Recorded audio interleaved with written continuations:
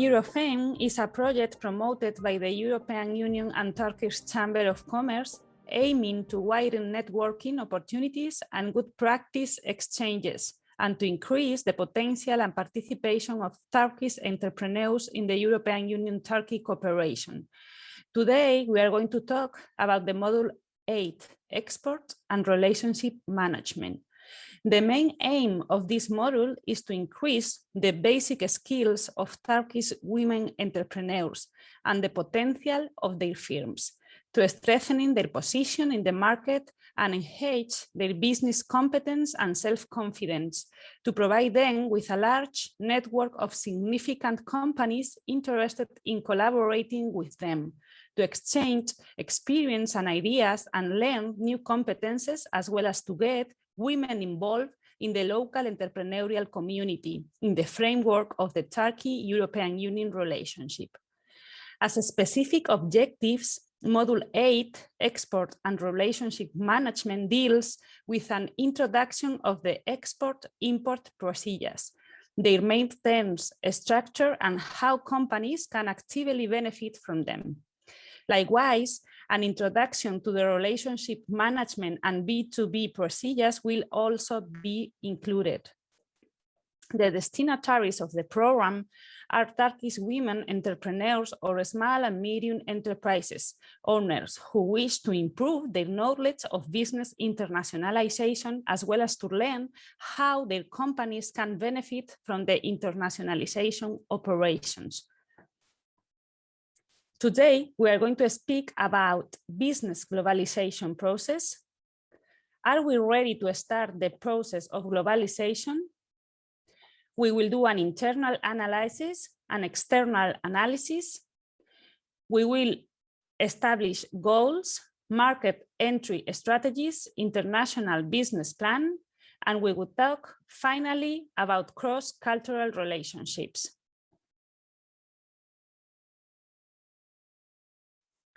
Starting an international business process means developing part of its activity, selling, buying, manufacturing in a country different of the country of origin. For example, the expansion of a company on international markets.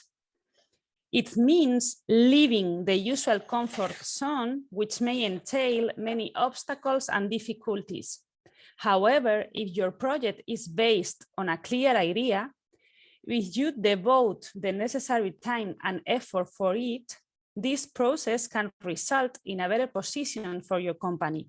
It is also advisable to count on good advisors who can help bring this challenge to a successful conclusion, since there are many geographical, logistical, cultural, and fiscal barriers that entrepreneurs can find in this path.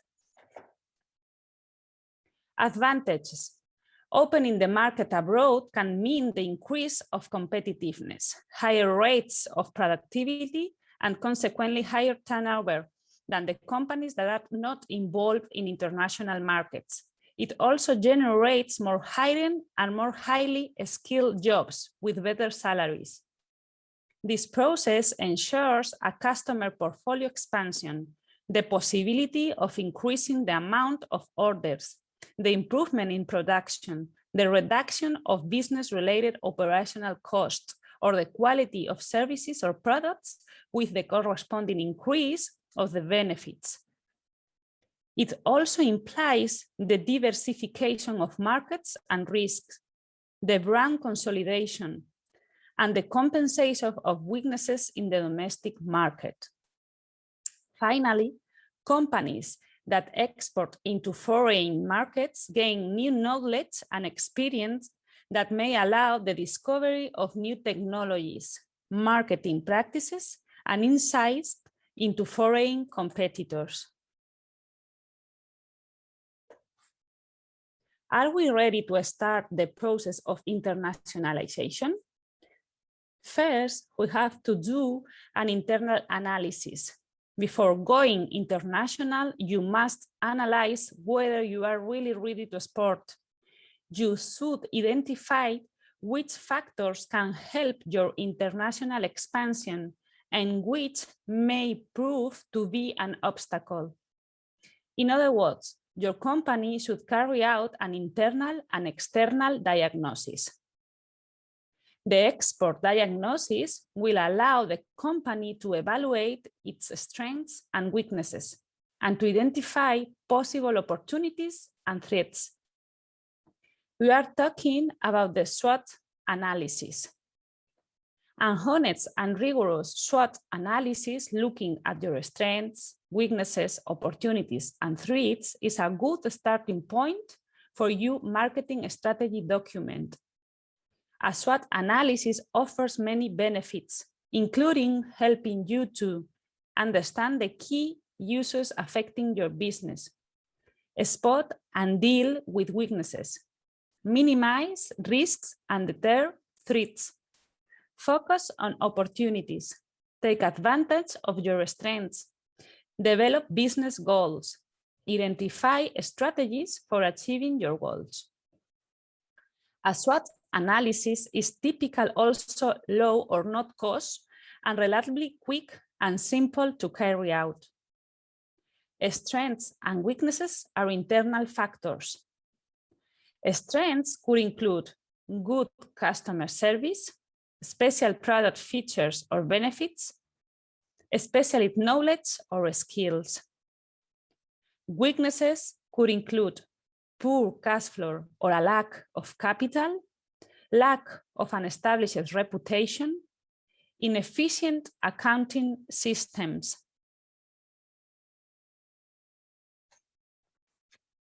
On the other hand, opportunities and threats are beyond your control. They refer to external factors. Opportunities could include increased demand, using the internet to reach new markets, new technologies that allow you to improve product quality. Threats could include new competitors, more attractive or cheaper version of your product or service, new legislation increasing your costs, a downturn in the economy, reducing overall demand. Here we have a practical example. Internal factors include any information or any strengths such as advantages of the proposition, product or business, product capabilities, competitive advantage over rivals, innovative aspects of the product, business, any unique selling points, resources, assets, people, experience, knowledge, and data, processes, systems, IT, and communications. Examples: product is superior to the other competitors, product lifespan or durability, cost, manufacturing processes are efficient, IT system can easily handle expansion. Weaknesses include information on any weaknesses, such as disadvantages of the proposition, product, or business, gaps in capabilities, competitive weakness versus other similar businesses, financial constraints, poor processes and systems, lack of necessary accreditations, restrictions on IT, systems, or communications. Examples: competitors' products are superior or cheaper, budget is limited, staff are untrained in new processes.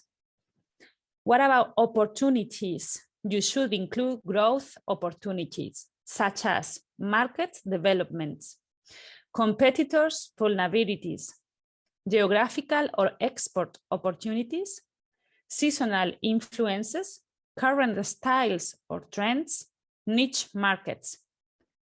Examples: poor products currently in the market, potential market for your product or service overseas, etc. About threats, you should include any potential threats to your business. For example, political factors, legislative change, environmental procedures, IT developments, competitors, customer demand decrease, technological change. Examples: change of government or legislation. Competitors' product or service is at a more advantaged stage, increasing interest rates.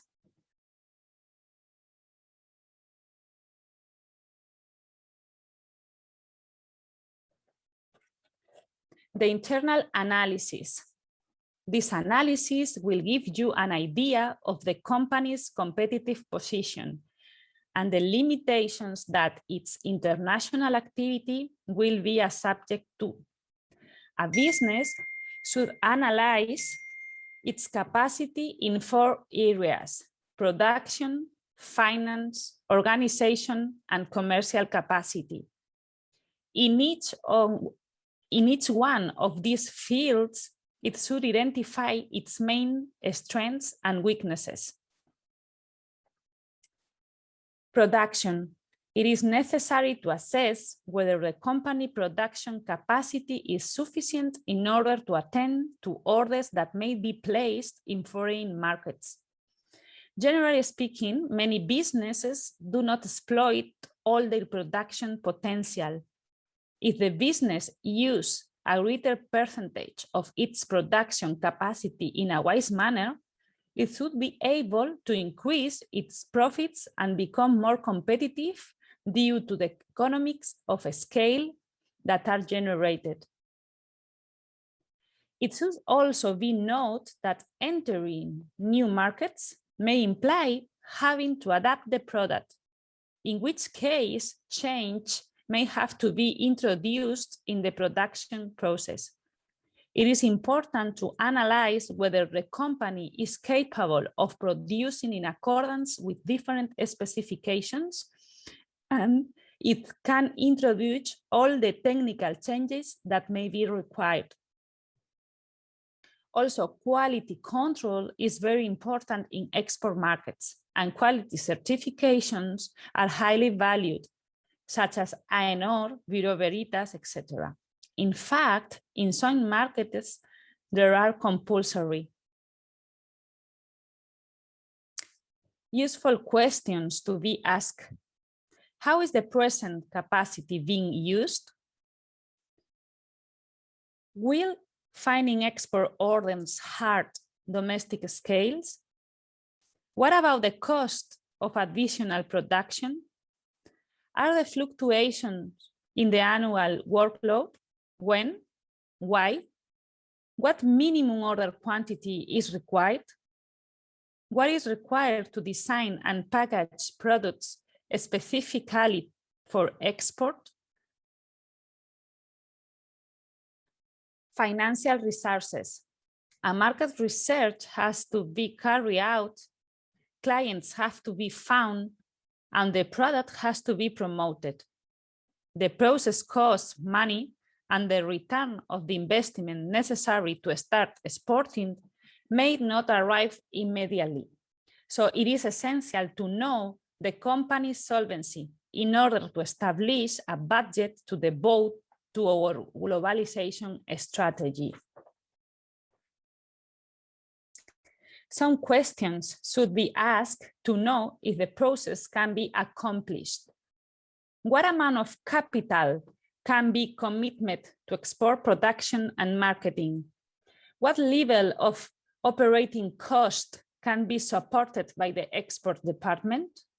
How are initial expenses of export efforts to be allocated? What other new development plans may compete with export plans? By what date must an export effort pay for itself? Do you qualify for any type of export financing? Organization. Who must be responsible for the export market or markets? The company's human resources have to find the right professionals with certain experience and knowledge to work in export markets. Languages and experience in foreign trade are essential. This may be found amongst existing staff, or new people may have to be hired. Another possibility is to outsource certain services, or at least during the initial stages. What in-house international expertise does the company have? International sales, experience, language capabilities, etc. Who will be responsible for the export department's organization and staff?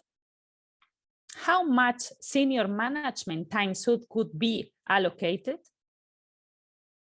What organizational structure is required to ensure export sales and adequately service? Who will follow through after the planning has been done?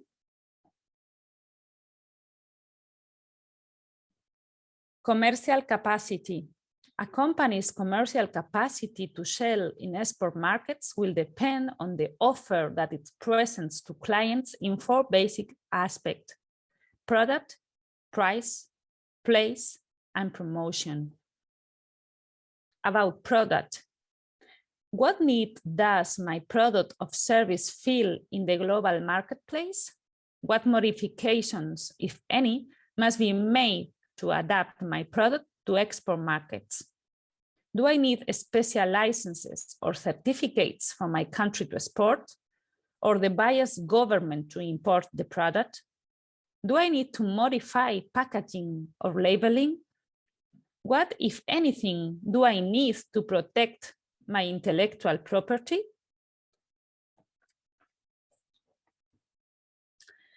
Let's go to see an example of target product profile, the case of Coca-Cola.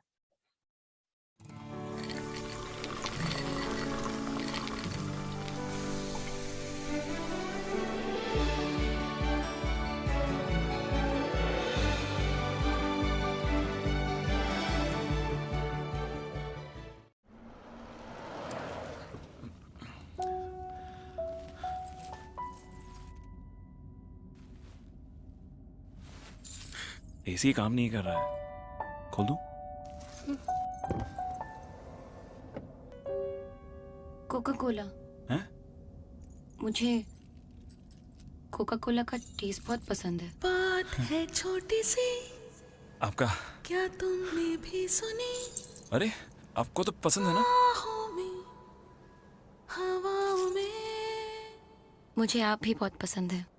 जाने पहचाने दो अजनबी, रहने ही दो इसे अनकही। Test जो हर दिल चाहे।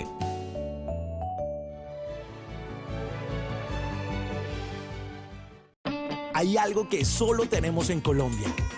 Aquí compartimos un sabor que no puede imitarse. Tu sabor, que lleva la alegría a cada esquina. El sabor del equipo, que destapa la magia en cada cancha. Y el sabor de tu Coca-Cola, que refresca a los que se gozan cada partido. Es eso lo que nos hace únicos. Y lo que siempre va a unirnos. Por eso juntos somos el sabor de la selección.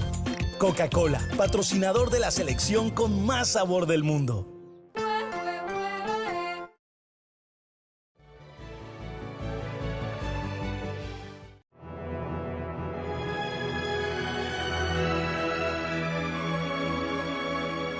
Niente è meglio della pasta di mia mamma. Como los tacos de mi mamá, no hay.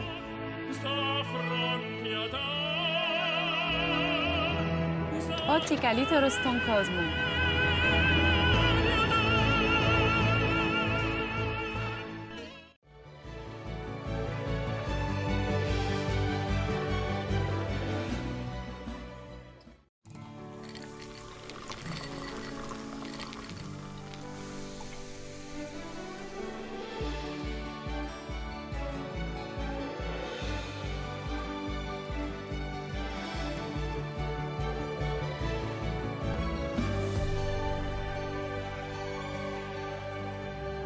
No one can stop me when I taste the feeling.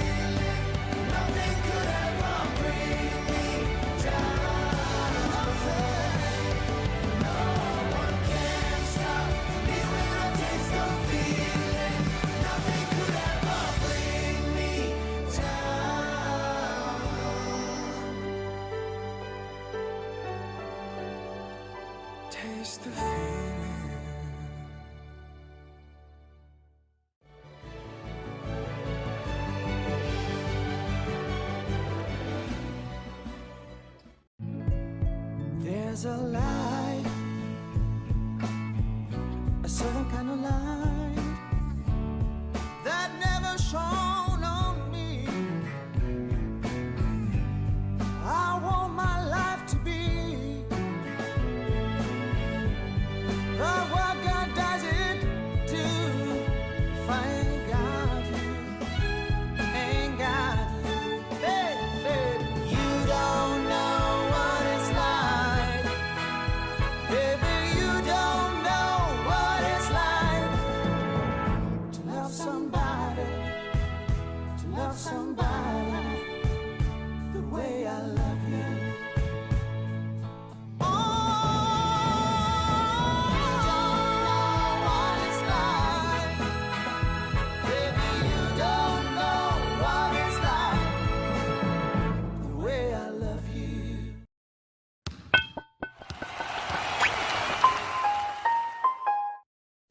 So let's go to talk about pricing considerations. We have to ask, what is the cost to get my product to market? Given an estimate of the shipping cost, what is my pricing strategy? Promotion, what modifications, if any, should I make to my website for marketing purpose? Should I sell on third-party e-commerce platforms? What kinds of social media should I use to build awareness? Should I attend a trade show where international buyers are present?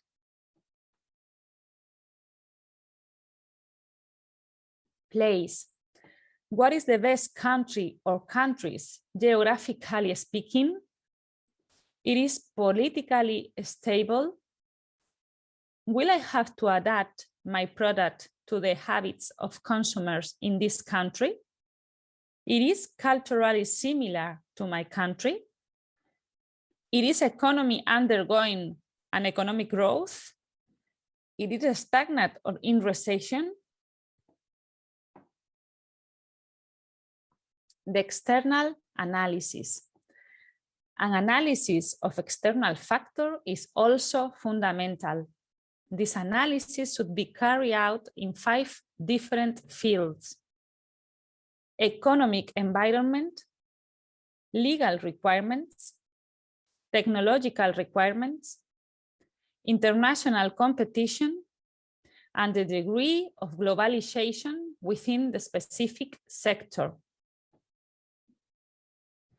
Economic environment. The objective of this analysis is to compare the size and perspectives of economic growth of the domestic market with the export market or markets. Other interesting information to know a market potential is income distribution, demographic data, consumption habits, and investment tendencies, infrastructures, exchange rate, etc. Legal requirements.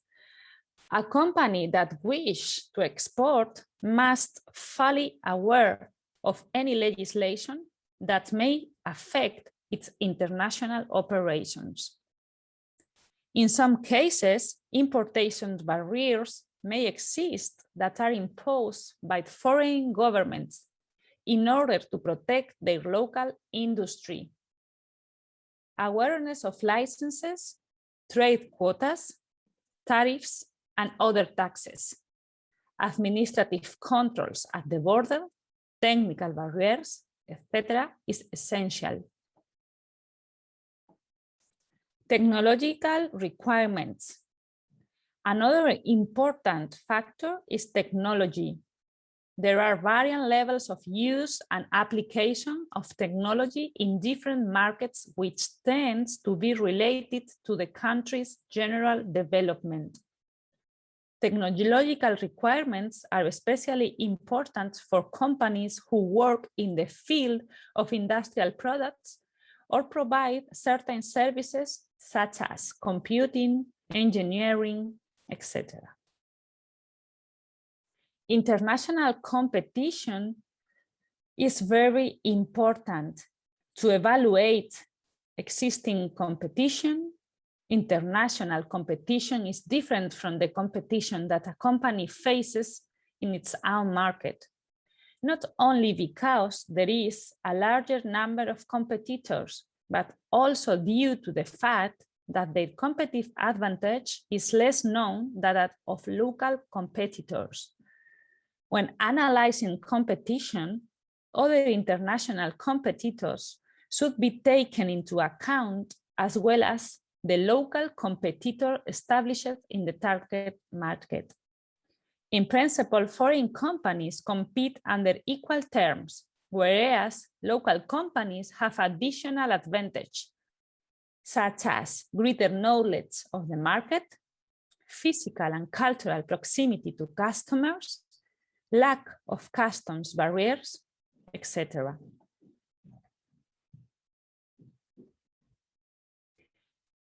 It is also convenient to distinguish between direct and indirect competitors. Direct competitors are those who are selling similar or identical products, and indirect competitors offer different products which can be used to substitute those that we are trying to sell. Degree of globalization within the specific sector. Finally, the evaluation of the possibilities that an export market has to offer should also comprehend an analysis of the characteristic of the particular sector. In certain sectors, there is a clear tendency towards globalization, whereas other products and services remain on a more regional, even local level. If the product or service we are trying to export belongs to the latter category, our task is obviously going to be more difficult. It is important to analyze those factors that contribute to the sector's globalization, such as demand, supply, and distribution channels. First step, establishing goals. In the globalization process, a company must establish the goals that aims to achieve and the strategies through which said goals are to be achieved. The business canvas model is a good tool to identify them. We have to identify customer segments. Which groups of customers are you creating value for? What are our most important customers? Why? What differences our customer segments? What opportunities are to reach new customer segments?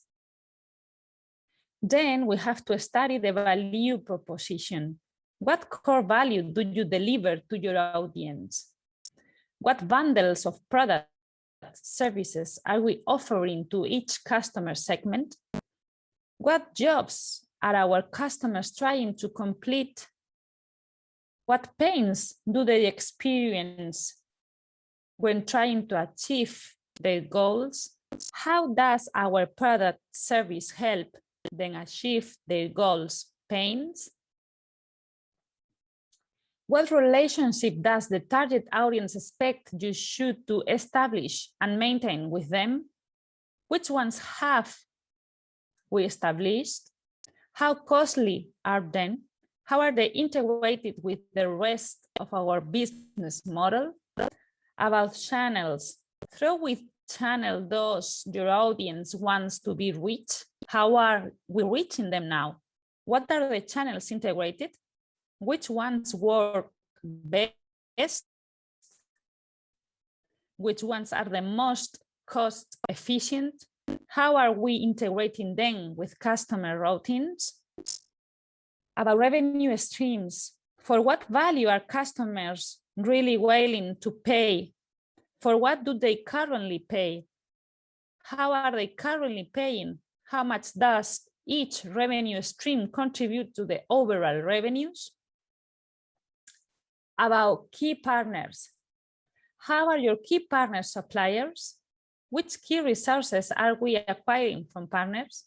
Which key activities do partners perform? Key activities. What key activities does your value proposition require? What activities are the most important for your distribution channels, customer relationships, revenue streams, etc.? What key activities do you need to deliver your customer experience? Key resources. What key resources does your value proposition require? What key resources do you need for distribution? What key resources do you need for customer relationship management? And finally, we have the cost structure. What are the most important costs? Which key resources are the most expensive? What can be changed from a fixed cost to a variable cost?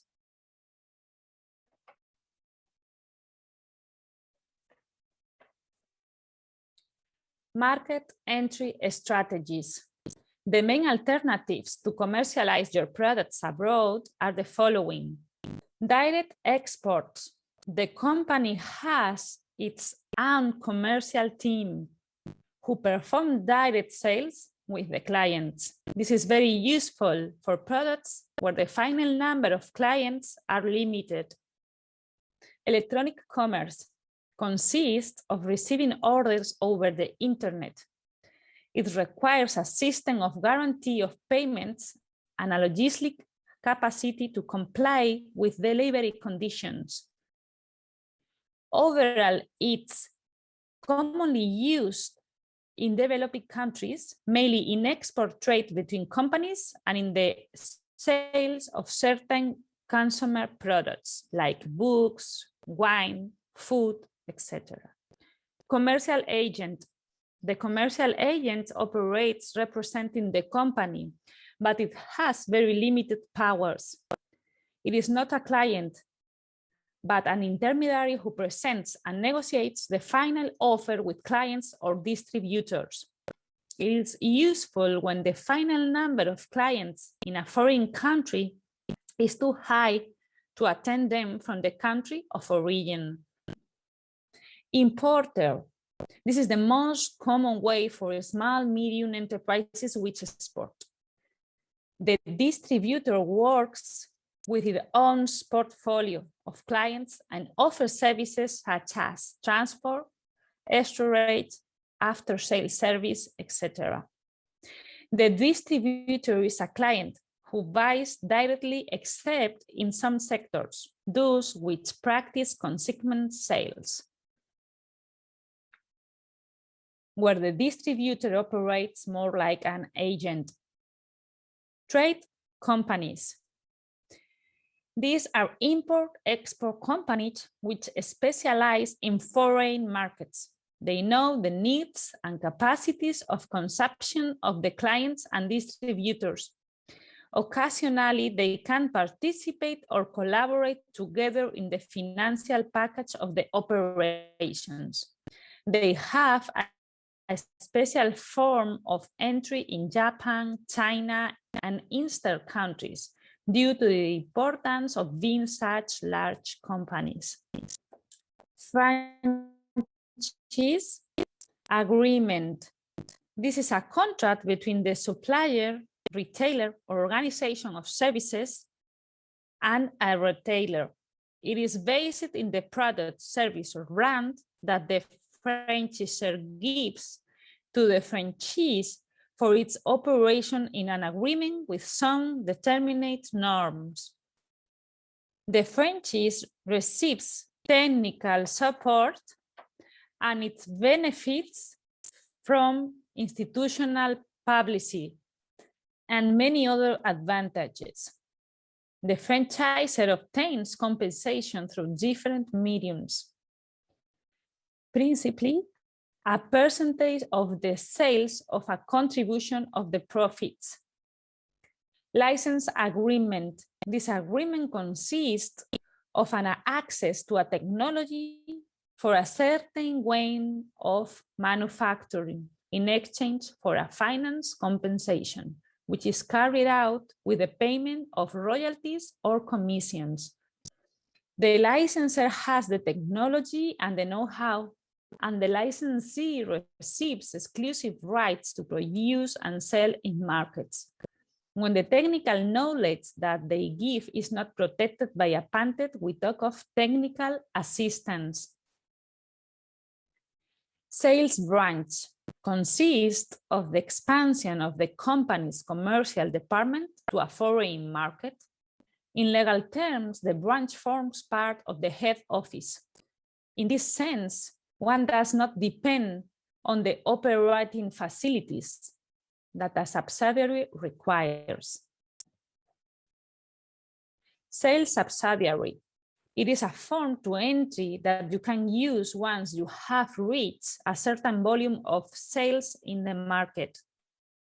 It presents numerous advantages: a direct relationship with the client, independence to fix final prices, the elimination of commercial margins, greater agility in distribution, and the possibility to offer a post-sales service. The disadvantage is that it demands an unnecessary investment in market entry methods, and it assumes a greater risk and a certain level of commitment. And finally, the mixed company. This is a company created by two or more companies from different countries for the common development of an activity. Usually they are companies of the same sector, but with different competitive advantages. For example, the participation of one of the associates may consist of the transfer of technology, while the other may consist of an in-depth knowledge of the market and distribution network. It is a very useful form to entry for market with difficult access as China, Eastern countries, which depends a lot on preferential finance and the support for international programs. Point 6, international business plan. We have to answer these 11 questions. Which products are selected for export development, and what modifications, if any, must be made to adapt them for overseas markets? Is an export license needed? Which countries are targets for sales development? In each country, what are the basic customer profile, and what marketing and distribution channels should be used to reach customers? What special challenges pertain to each market, for example, competition, cultural differences, and import and export controls? And what strategy will be used to address them? How will your product's export sales price be determined? What specific operational steps must be taken and when? What will be the time frame for implementing each element of the plan? What personnel and company resources will be dedicated to exporting? What would be the cost in time and money for each element? How will results be evaluated and used to modify the plan? We have to establish an action plan. Why should a business export plan be written? Because export plans display your strengths and weaknesses more clearly, are not overlooked or forgotten, may be required in seeking financing to build the export side of the business, are easier to communicate to others, including new hires who come on board as your business grows. Assign responsibilities, keep you on track, and provide ways to measure results.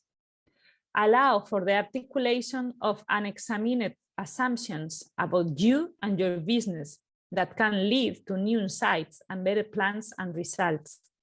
Give you a clear understanding on specific steps that need to be taken and help assure a commitment.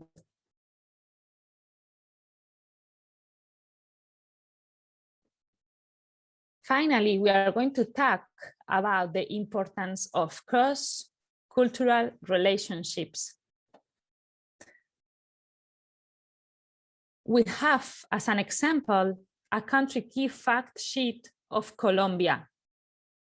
We have to identify first the capital, the population, the territorial organization, their main cities, the official language, the religion, currency, and the exchange rate. Then we have to study the cross-cultural relationship. It should not be forgotten that people we are going to negotiate with may have not only a different language, but may also think slightly or completely different to us. When a company is ready to expand abroad, it must study the particular cultural features of the country of destination in detail. First and foremost, the language, but also a lack of knowledge of their history, which thus influences the way they behave and consequently the way they do business. Colombia is the most well-mannered country in Latin America, where the language and forms of traditional Spanish are the best conserved. You should use a low tone of voice, avoid rude expressions, and behave a polite and friendly manner. The fifth economy in Latin America has abundant natural resources, but has also learned how to create a diversified export industry in sectors like flowers, clothing, footwear, or jewelry. It was the greatest industrial potential of all the members of the Andean community. It is one of the countries with longest democratic tradition. For over 50 years, civil governments have followed one another without any interruptions by de facto governments. The United States is the main trade partner. It receives almost half of Colombia's exports, and a third of Colombia's imports are from the United States. The free trade agreement will help promote these relationships. There are hardly any barriers to foreign investment, with opportunities especially in the primary sector and infrastructures. Tourism also has great potential, especially ecotourism, which exploits the country's natural beauties. About negotiation strategies, personal contacts are essential for business success in Colombia. Foreign products are distributed by distributors or importers. Retail distribution is dominated by a small group of chains, some national and other foreign. Negotiations are done in a pleasant and friendly environment. You should avoid any brusque behavior. The typical Colombian uses a lot of anglicisms in his business language. It is essential to negotiate with top managers. You should not change the negotiation team or person. The Colombian negotiator usually shows a keen interest in the offers that are presented to him. However, it is difficult to get him to commit himself to doing business. Generally, a long period of conversations, it is necessary. A key aspect is the form of financing of the business that is proposed. The foreign businessman will have to look for financial alternatives. When a sale, distribution, or representation contract is signed, it must be taken to a notary to register. About etiquette, the form of greeting for men and women is shaking hands. Introductions are usually quite long to show respect to the other party. There are marked differences in the forms of address in the different regions. The only professional title that is generally used is doctor. The typical Colombian will really talk about any topic, even topics that appear controversial like guerrilla actions. Social status, it is very important. Favorite topics of conversation are history, literature, etc.